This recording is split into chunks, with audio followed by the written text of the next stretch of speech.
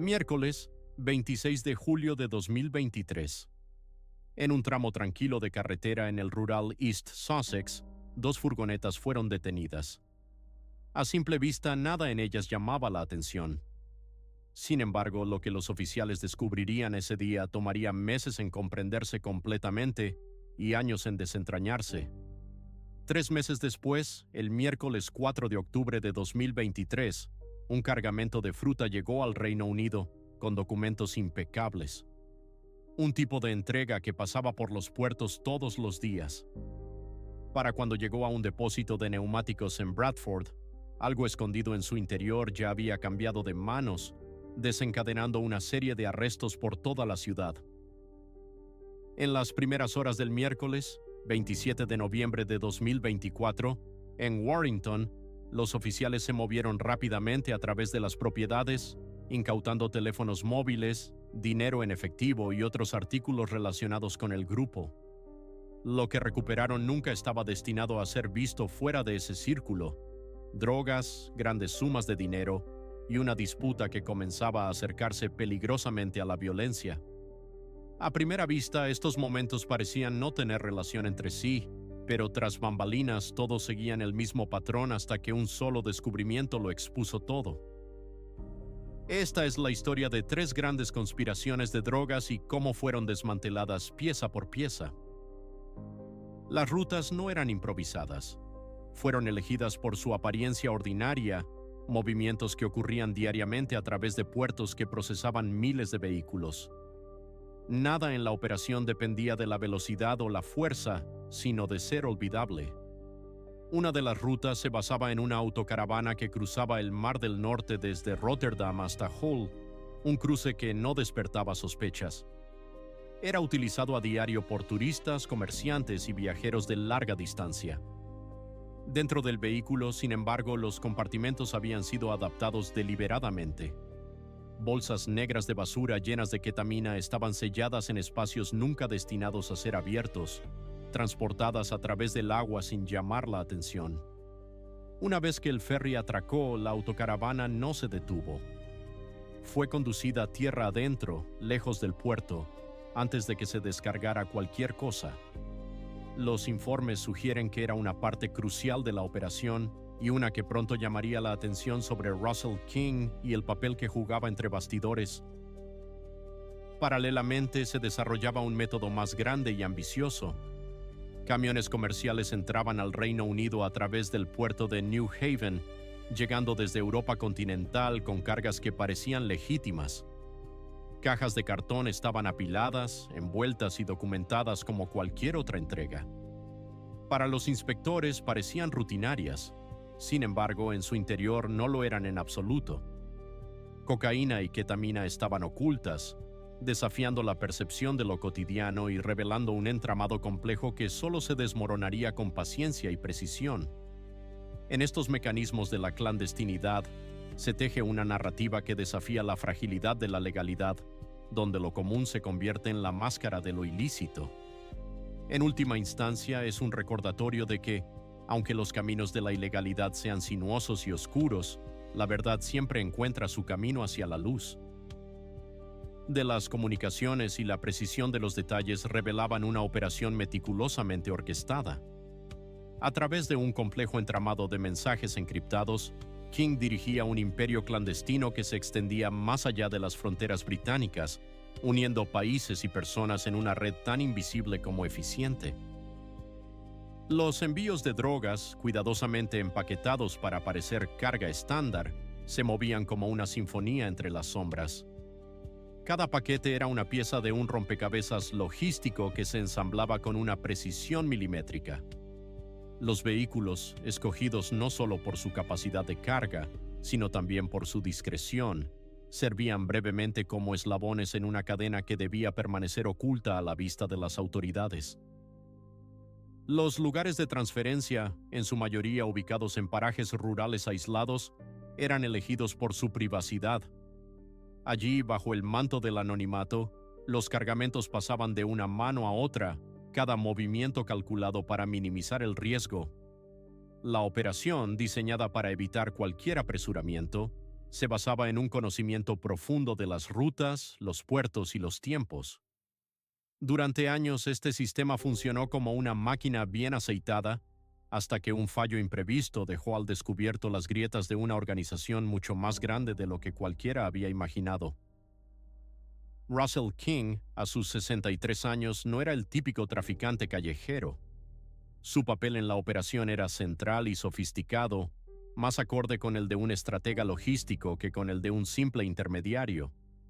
Conocía cada etapa del viaje de las drogas, su origen, los intermediarios involucrados y su destino final. En julio de 2023, King fue vinculado a la importación de 632 kilogramos de ketamina en el Reino Unido, un volumen que lo ubicaba en la cúspide de la organización. Apenas un mes antes había facilitado la entrada de 70 kilogramos de cannabis al país, demostrando que su actividad no solo era continua, sino también diversificada. Para agosto de 2024, su implicación no había disminuido. Las autoridades lo arrestaron mientras descargaba 100 kilogramos de ketamina de su autocaravana, una carga con un valor estimado en la calle de 2 millones de libras esterlinas. Este no era un simple punto de tránsito, sino la culminación de un plan meticulosamente ejecutado. Las investigaciones también revelaron que King viajaba frecuentemente a Europa continental para supervisar la preparación de los cargamentos. En Francia se reunía directamente con los conductores de camiones, asegurándose de que la carga estuviera lista para cruzar al Reino Unido. La evidencia digital reforzaba su papel de liderazgo. Los hilos de conversación recuperados de su teléfono móvil, con títulos como carga, carga esta noche y cargando, no dejaban lugar a dudas sobre la regularidad y la planificación de las importaciones. Este no era un negocio improvisado, era una operación que había sido perfeccionada con el tiempo, reflejando un nivel de autoridad y responsabilidad que trascendía la simple logística.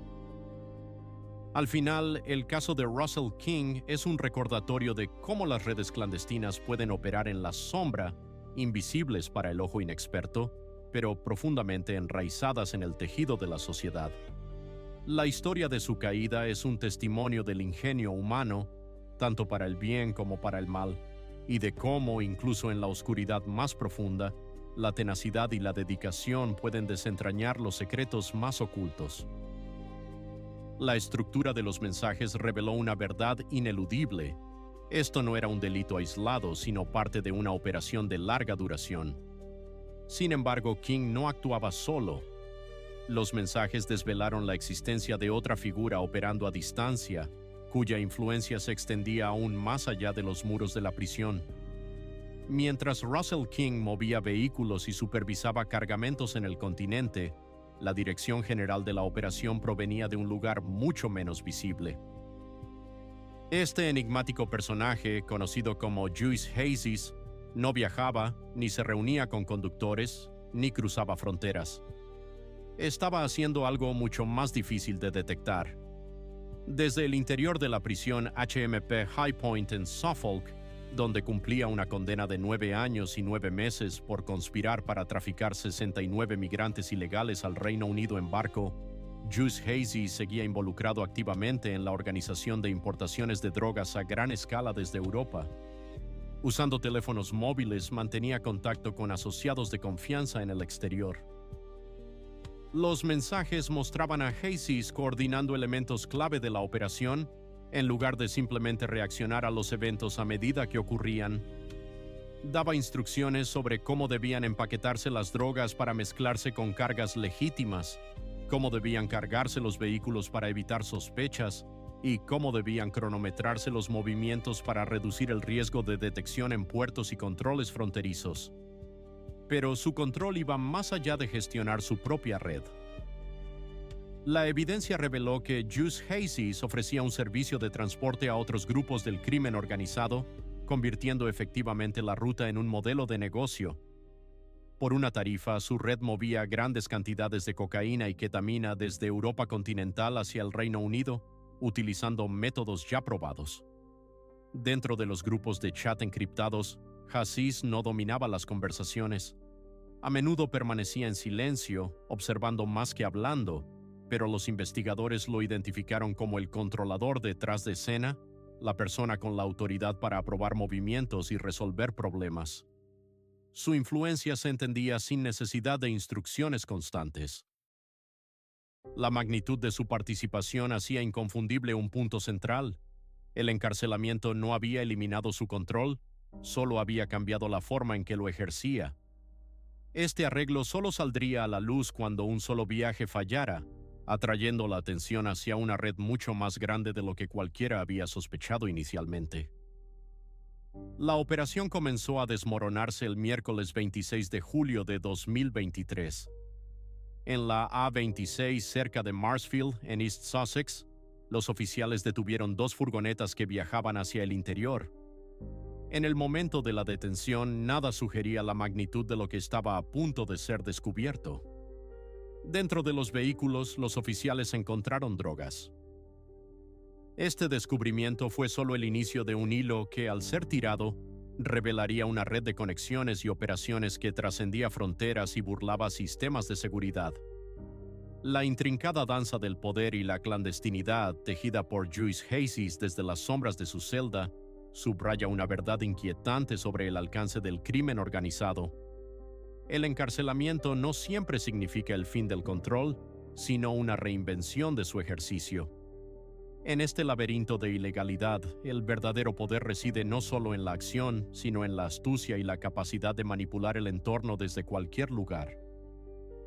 Ocultos de manera meticulosa para soportar el transporte a larga distancia, los paquetes de droga representaban un sofisticado esfuerzo por burlar las autoridades. La exhaustiva búsqueda culminó con el hallazgo de 70 kilogramos de cocaína y 632 kilogramos de ketamina. El valor estimado en las calles ascendía a 24 millones y medio de libras, destacando de inmediato como una de las incautaciones de drogas más significativas de la región. Las investigaciones posteriores rastrearon el envío hasta un camión conducido por Pavel Butsko, que había ingresado al Reino Unido ese mismo día.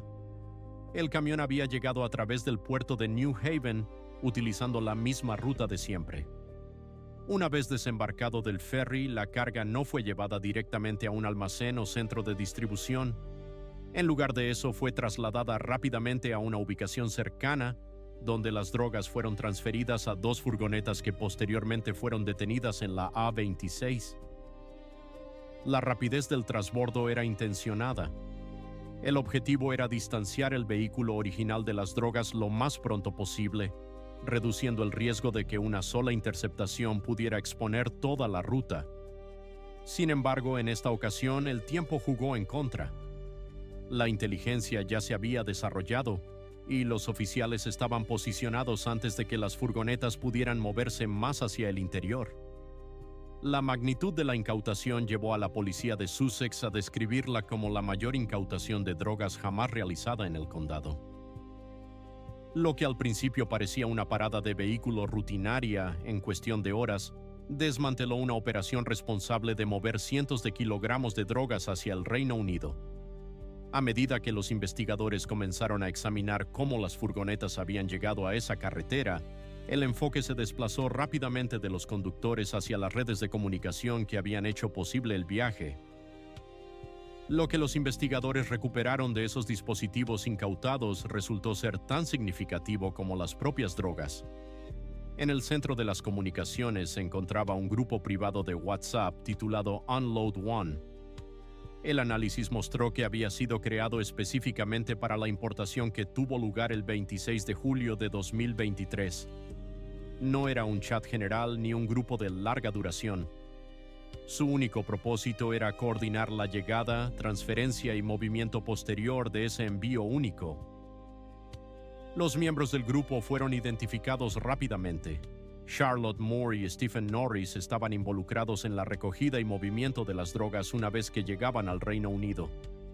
Andrew Guards e Ihor Korovets aparecían como participantes de confianza, conectados tanto a la logística como a las finanzas.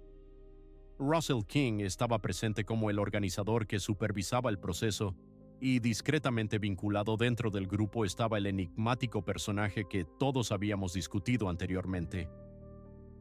Los teléfonos revelaron más que mensajes. El trabajo forense descubrió evidencia de ADN conectando a individuos con un intento de importación anterior en mayo de 2023, demostrando que la operación de julio no era un caso aislado. En otro dispositivo, los oficiales encontraron evidencia de una entrega de 20,000 libras en efectivo que condujo a una investigación separada de lavado de dinero. Este descubrimiento, más allá de las cifras y los nombres, nos invita a reflexionar sobre la intrincada red de conexiones humanas y tecnológicas que subyace a los grandes movimientos delictivos. En el laberinto de la ilegalidad, donde cada paso es calculado y cada decisión es crítica, se despliega un drama silencioso que revela tanto la vulnerabilidad como la persistencia de la condición humana. Las investigaciones llevadas a cabo por las autoridades revelaron un entramado complejo de actividades financieras, entrelazadas con una operación de tráfico de drogas a gran escala. Lo que emergió fue un sistema estratificado, donde los mensajes eran breves, funcionales, y se sincronizaban con los movimientos de mercancías más que con conversaciones prolongadas. Cada teléfono tenía un propósito específico, y cada participante comprendía solo su parte del proceso, manteniendo la compartimentación necesaria para el éxito de la operación. Para este punto, las pruebas superaban con creces la incautación inicial en la carretera A26. Los investigadores ya no lidiaban con una entrega fallida aislada, sino con una red que operaba de manera repetitiva, silenciosa y con una confianza inquebrantable. El siguiente paso era inevitable. La policía llevó a cabo todas las detenciones restantes para encaminar el caso hacia su conclusión final. El caso fue escuchado en el Tribunal de la Corona de Lewis en el año 2024, donde los fiscales presentaron todos los detalles de la operación con una evidencia abrumadora que ya se había discutido anteriormente. No hubo defensas exitosas que disputaran la existencia de la conspiración. Un acusado, Abdel Surabi, fue absuelto tras el juicio, ya que el jurado encontró insuficiente evidencia para probar la posesión con intención de suministrar. Todos los demás acusados fueron condenados, ya sea después de un juicio o a través de declaraciones de culpabilidad. En las observaciones de la sentencia, el tribunal describió la operación como una cadena de suministro internacional significativa, responsable de mover grandes cantidades de drogas hacia el Reino Unido. Se destacó la escala del ketamina involucrado y el nivel de organización requerido para sostener dicha operación. Tras los veredictos, los oficiales de la policía de Sussex y la Unidad Regional de Crimen Organizado de Yorkshire y Humber afirmaron que la investigación había desmantelado una importante ruta de suministro europea y subrayaron la creciente amenaza que representan los grupos de crimen organizado que utilizan estructuras de comando basadas en prisiones. Advirtieron que el uso de ketamina estaba en aumento y enfatizaron que la aplicación coordinada de múltiples agencias continuaría apuntando a los involucrados en todos los niveles de la cadena de suministro. Charlotte Moore, de 32 años, de Middleburg Street, Hull, fue sentenciada a 13 años de prisión. Stephen Norris, de 36 años, también de Middleburg Street, Hull, fue condenado por los mismos delitos y sentenciado a 10 años. Pavel Butsko, de 50 años, sin domicilio fijo, fue condenado por evasión fraudulenta de la prohibición de importación de cocaína y ketamina y sentenciado a 9 años. Kieru Lapsou, de 42 años, sin domicilio fijo, fue condenado por los mismos delitos y sentenciado a 9 años. Andrew Watts, de 39 años, de Words Warfare Approach, Londres, fue condenado por conspiración para importar drogas de clase A y B y sentenciado a 18 años de prisión. Ihor Korovets, de 42 años, de Words Warfare Approach, Londres, fue sentenciado a 16 años. Russell King, de 63 años, anteriormente de The Green, Royston, Essex, fue sentenciado a 22 años de prisión. Arthur Stusser se declaró culpable de conspiración para importar cocaína y ketamina. Este caso no solo desenmascara la sofisticación de las redes de tráfico de drogas contemporáneas, sino que también nos enfrenta a la realidad de una amenaza que evoluciona y se adapta constantemente, desafiando a las instituciones encargadas de mantener el orden y la seguridad. La lucha contra el crimen organizado requiere una vigilancia constante, una colaboración internacional y una determinación inflexible para proteger a las sociedades de los males que estas redes buscan perpetuar. En el momento de la sentencia para el resto del grupo, el castigo por los delitos de drogas aún no había sido dictado. Formalmente se pospuso y fue listado para una fecha posterior, la cual no había sido establecida al momento de los informes en ninguna fuente que he consultado. El envío llegó al Reino Unido el miércoles 4 de octubre de 2023. Sobre el papel parecía ser una carga sin importancia. Un cargamento de papaya importada desde México, parte del constante flujo de productos frescos que ingresan al país cada día. La documentación estaba en regla, la ruta estaba establecida, y nada en ella sugería riesgo alguno. Sin embargo, oculto bajo las bandejas superiores de fruta, había algo completamente distinto. Escondidos profundamente dentro de los palés se encontraban paquetes de cocaína empaquetados al vacío, cada uno envuelto firmemente en bloques de medio kilo. Las drogas estaban colocadas en la parte baja de la carga, cubiertas bajo capas de productos diseñados para desalentar la inspección y enmascarar el olor. Era un método elegido por su simplicidad. Los envíos de frutas se mueven rápidamente, son sensibles al tiempo y rara vez se retrasan sin motivo. Tras su llegada al Reino Unido, el cargamento no viajó directamente hacia el norte. En lugar de ello, siguió una ruta deliberada y escalonada. Desde el punto de entrada en el aeropuerto, los palés fueron transportados hacia el sureste hasta un depósito comercial en Slough. El inventario creó distancia entre el puerto de entrada y el destino final. Desde Slough, la carga fue recogida y llevada al norte, hasta Bradford, en Knownow. Allí fue llevada a un patio cerrado del que hablaremos en unos minutos. Para cuando las drogas fueron removidas, las papayas ya habían cumplido su propósito. El método de ocultamiento había funcionado exactamente como se pretendía para mover una gran cantidad de drogas de clase A través de fronteras internacionales bajo la apariencia de comercio legítimo. Habría continuado sin ser detectado de no ser por lo que ocurrió a continuación. Cuando el envío fue descompuesto, dividido y movido de nuevo, se expuso a las personas que esperaban más adelante en la cadena. Una vez que el cargamento llegó a Bradford, fue apartado de las carreteras principales y llevado al área de Low Moor, donde el camión fue dirigido a un patio cerrado ya bajo el control de aquellos que dirigían la operación. La ubicación era privada, familiar y proporcionaba un entorno controlado donde la carga podía ser manejada sin interrupción. El patio estaba vinculado a Levi D. Paz, a quien los fiscales más tarde identificaron como uno de los principales organizadores de la conspiración. Desde ese punto, el envío ya no formaba parte de una importación internacional. Había entrado en la fase doméstica de la cadena de suministro. Dentro del patio, los palés fueron abiertos y el proceso comenzó. La cocaína fue separada de las papayas, removida de las bandejas y sacada de su ocultamiento por primera vez desde que salió de Sudamérica. La carga fue dividida casi de inmediato. En este escenario clandestino, donde la fruta tropical había sido utilizada como un manto de engaño, se desarrollaba una narrativa de astucia y peligro, una danza entre lo visible y lo oculto, entre la ley y el crimen.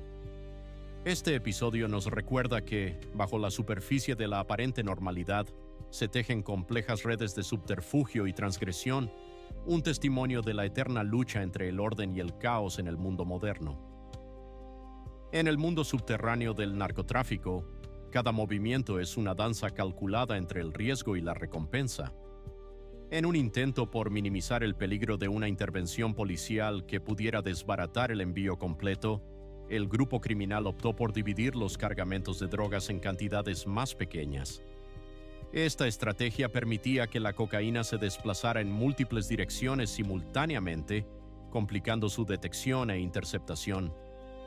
Durante un breve lapso, un patio ferroviario se transformó en un centro de distribución temporal, pero esta fragmentación también incrementó la exposición a riesgos. Cada transferencia, cada vehículo y cada conductor añadían un nuevo punto de vulnerabilidad, y fue en estos movimientos subsiguientes, al alejarse del patio hacia la extensa ciudad, cuando la operación comenzó a tambalearse. El primer traspaso involucró 35 kilogramos, entregados a un intermediario apodado Dita. Su misión era alejar la droga del sitio inicial y avanzar en la cadena de distribución. La policía, ya atenta, decidió actuar. Durante la operación, Dita intentó huir, desatando una persecución que culminó con su vehículo, un Volkswagen Golf, estrellado y la droga abandonada en su interior. El automóvil fue recuperado y la cocaína incautada. Lo que debía ser una entrega rutinaria se convirtió en la primera grieta visible en la operación. Los 57 kilogramos restantes de cocaína ya se encontraban en movimiento.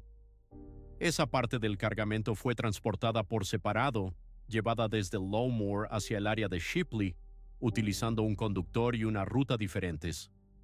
La división pretendía limitar las pérdidas, pero en cambio multiplicó los puntos de fallo.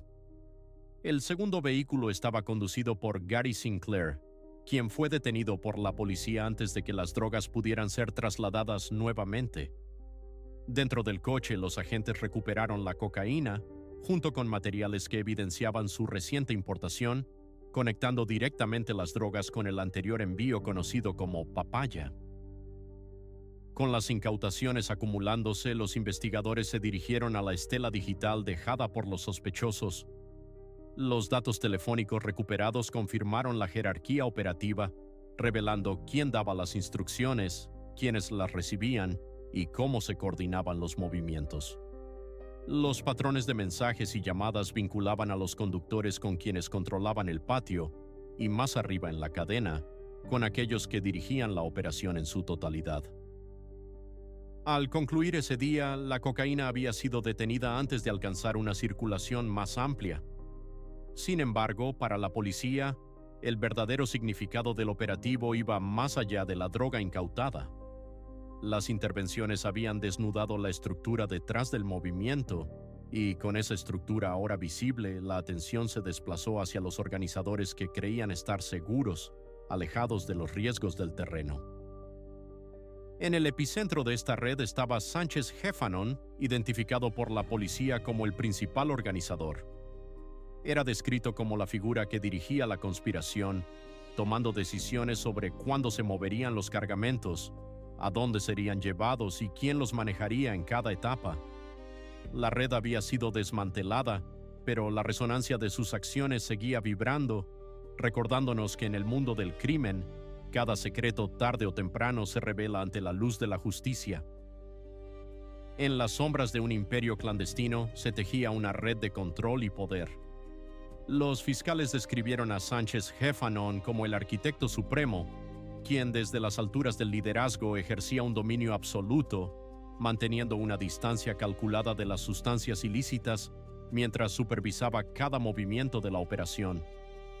Bajo su mando directo se encontraban Levi DePaz y Matthew Jackson, ambos considerados gerentes de alto nivel dentro de la organización. Estos hombres no solo ejecutaban órdenes, sino que también coordinaban mensajeros y aseguraban que cada movimiento se alineara con las directrices estratégicas de Heffernan. Juntos transformaban las ideas en acciones concretas. En un nivel más bajo, pero no menos crucial, se encontraba Jackson Staley. En su papel como mensajero seguía instrucciones precisas para recoger y transportar los cargamentos una vez que llegaban al Reino Unido. La organización, astuta en su proceder, utilizaba empresas legítimas como fachada, integrando sus actividades ilícitas en entornos comerciales cotidianos. Esto no solo permitía almacenar, mover y ocultar drogas sin levantar sospechas inmediatas, sino que también difuminaba la línea entre el comercio legal y el crimen organizado.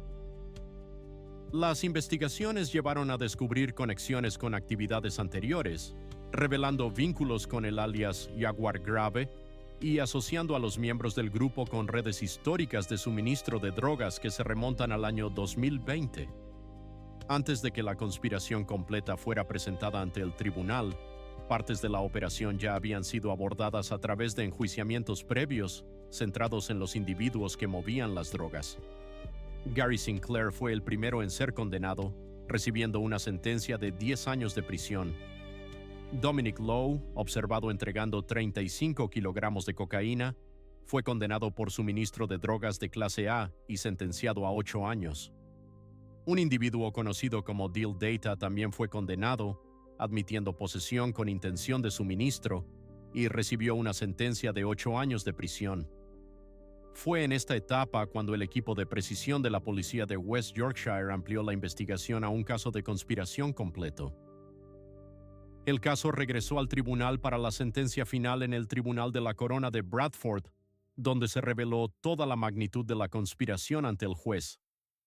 Sánchez Heffernan, de 34 años, anteriormente de Denholm, Bradford, fue sentenciado a 29 años de prisión. Livy DePaz, de 37 años, de West Droid Road, Shipley, recibió una sentencia de 27 años, con una sentencia adicional de 13 años por una infracción anterior de suministro de cocaína a cumplir simultáneamente. Matthew Jackson, de 35 años, de Villa Road, Bingley, fue sentenciado a 17 años de prisión, descrito como un lugarteniente de confianza que desempeñó un papel significativo en la dirección de actividades en el terreno. Jack Stalley, de 34 años, de Allentown, Bradford, fue sentenciado a 13 años.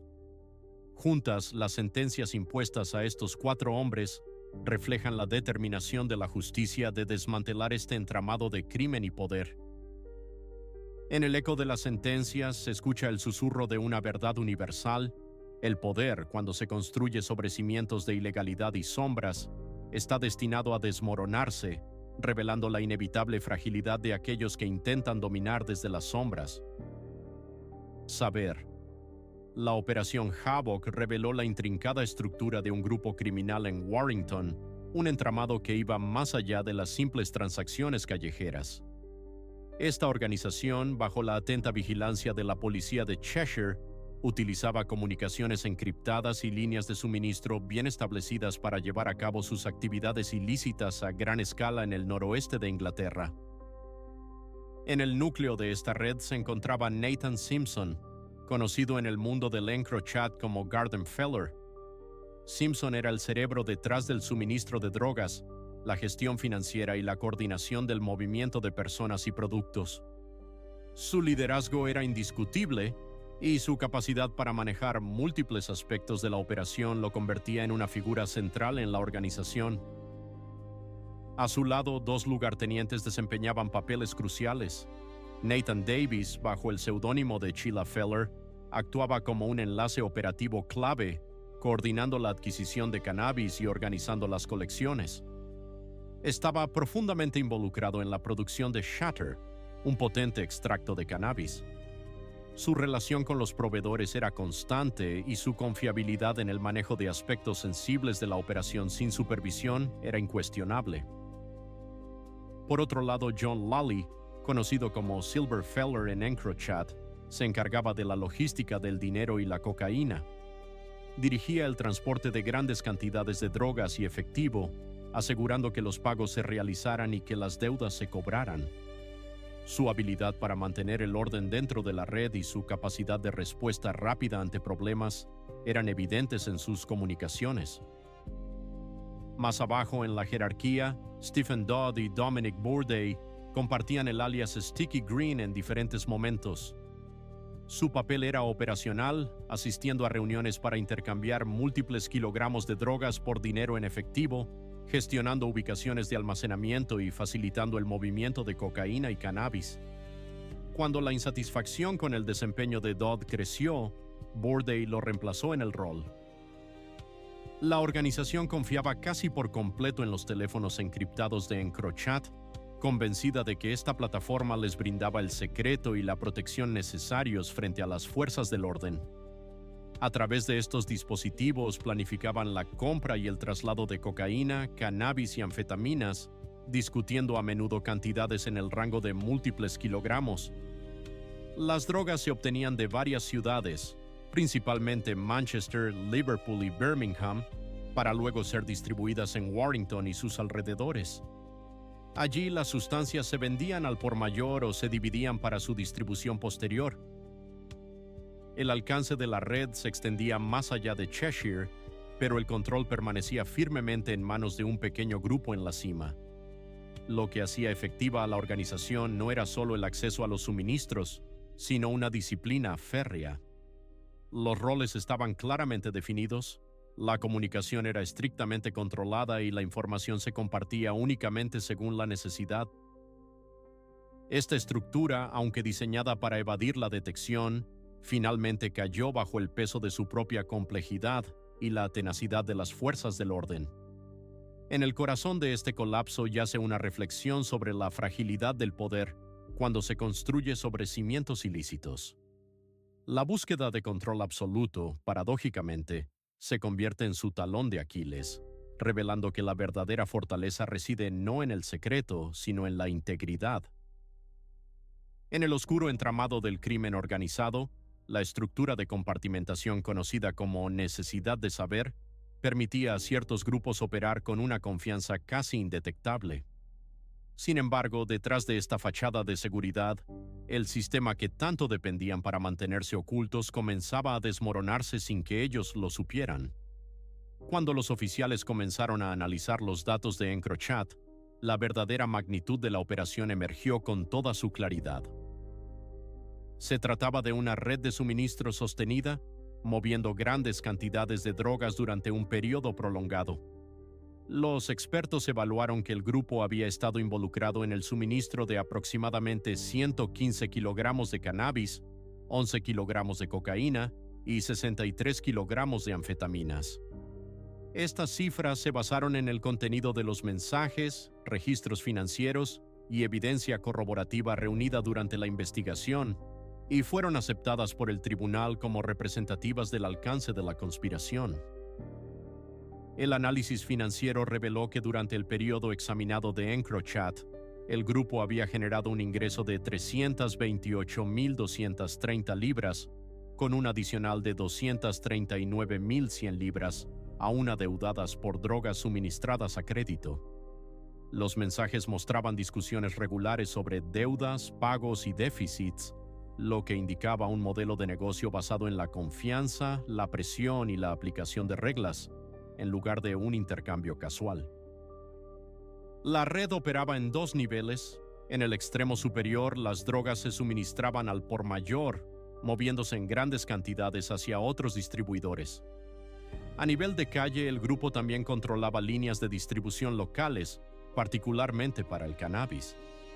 Una línea vinculada a Connor Lawton se describía como capaz de vender 4 a 5 onzas de cannabis al día, desglosadas en bolsas de 20 libras. Era una fuente constante y confiable de ingresos diarios en lugar de un golpe de suerte ocasional. Para sostener este volumen, el grupo usaba múltiples casas de almacenamiento en Warrington. Estas propiedades se utilizaban para almacenar drogas, efectivo y equipo, permitiendo que los suministros se rotaran y se movieran rápidamente si la atención policial aumentaba. El panorama que emergió fue el de una operación llevada con consistencia e intención, y a medida que el dinero fluía, también lo hacían las tensiones que venían con protegerlo. Paralelamente al suministro de drogas se desarrollaba una creciente rivalidad que empujaba al grupo a territorios mucho más peligrosos. La enemistad se centraba en Leon Cullen y sus asociados, figuras ya conocidas por la policía por su participación en el crimen organizado serio en todo el noroeste. Lo que comenzó como una provocación en línea rápidamente escaló a discusiones de violencia. El detonante fue una cuenta de Instagram provocadora, creada bajo el nombre de Leon Oficial, que añadió a Daniel Roberts y parecía burlarse del grupo de Simpson. Los mensajes recuperados de EncroChat mostraron que el impacto fue inmediato. Simpson compartió las publicaciones con sus lugartenientes y la sospecha se convirtió en la creencia de que Cullen o personas actuando en su nombre estaban provocando deliberadamente una confrontación. A partir de ahí, el tono de los mensajes cambió. Las discusiones se trasladaron más allá de las drogas y el dinero a referencias explícitas a la violencia. En este complejo entramado de tráfico de drogas y rivalidades peligrosas, se refleja la fragilidad de un sistema que, aunque meticulosamente organizado, puede desmoronarse bajo el peso de sus propias contradicciones. La historia de esta red no solo es un testimonio de la sofisticación del crimen organizado moderno, sino también una reflexión sobre los límites de la confianza y la inevitable colisión entre el poder y la violencia. En las sombras de una ciudad atrapada entre el miedo y la violencia, un grupo se reunía en secreto, formulando planes oscuros que amenazaban con desatar el caos. Hablaban de disparar a sus rivales en las piernas, de incendiar hogares y negocios, y de realizar tiroteos desde vehículos en marcha, no con la intención de matar, sino de enviar un mensaje contundente. Entre ellos, Lally fomentaba los ataques incendiarios, mientras Davis y Simpson deliberaban sobre la necesidad de armarse en respuesta a un peligro percibido. La evidencia presentada en el tribunal reveló que Simpson y Davis tenían acceso a armas de fuego, y los mensajes intercambiados entre ellos mostraban una disposición alarmante a usarlas si un ataque parecía inminente. El 10 de abril de 2020, Simpson recibió una notificación de amenaza de vida, lo que provocó una visible presencia policial con el objetivo de disuadir el desorden y prevenir represalias.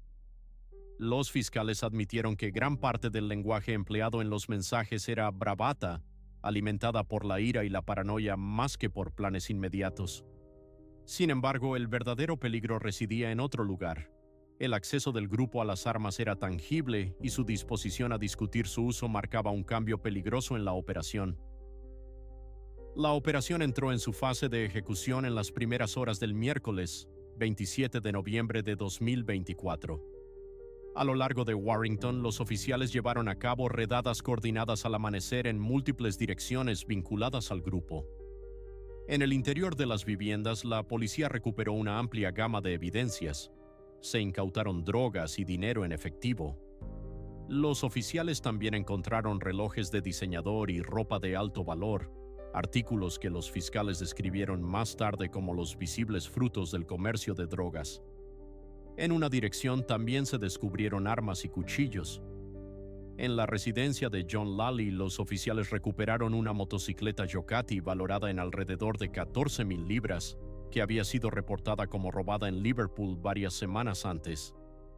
Este descubrimiento condujo a un cargo adicional por manejo de bienes robados, aumentando la gravedad de su caso. 6 miembros del grupo fueron arrestados durante las redadas en Warrington. Connor Lawton no estaba presente en ese momento. Fue localizado y arrestado días después, el 6 de diciembre de 2024, tras aterrizar en el aeropuerto de Manchester. Al igual que la mayoría de los incautados, los investigadores dirigieron este caso hacia su conclusión final.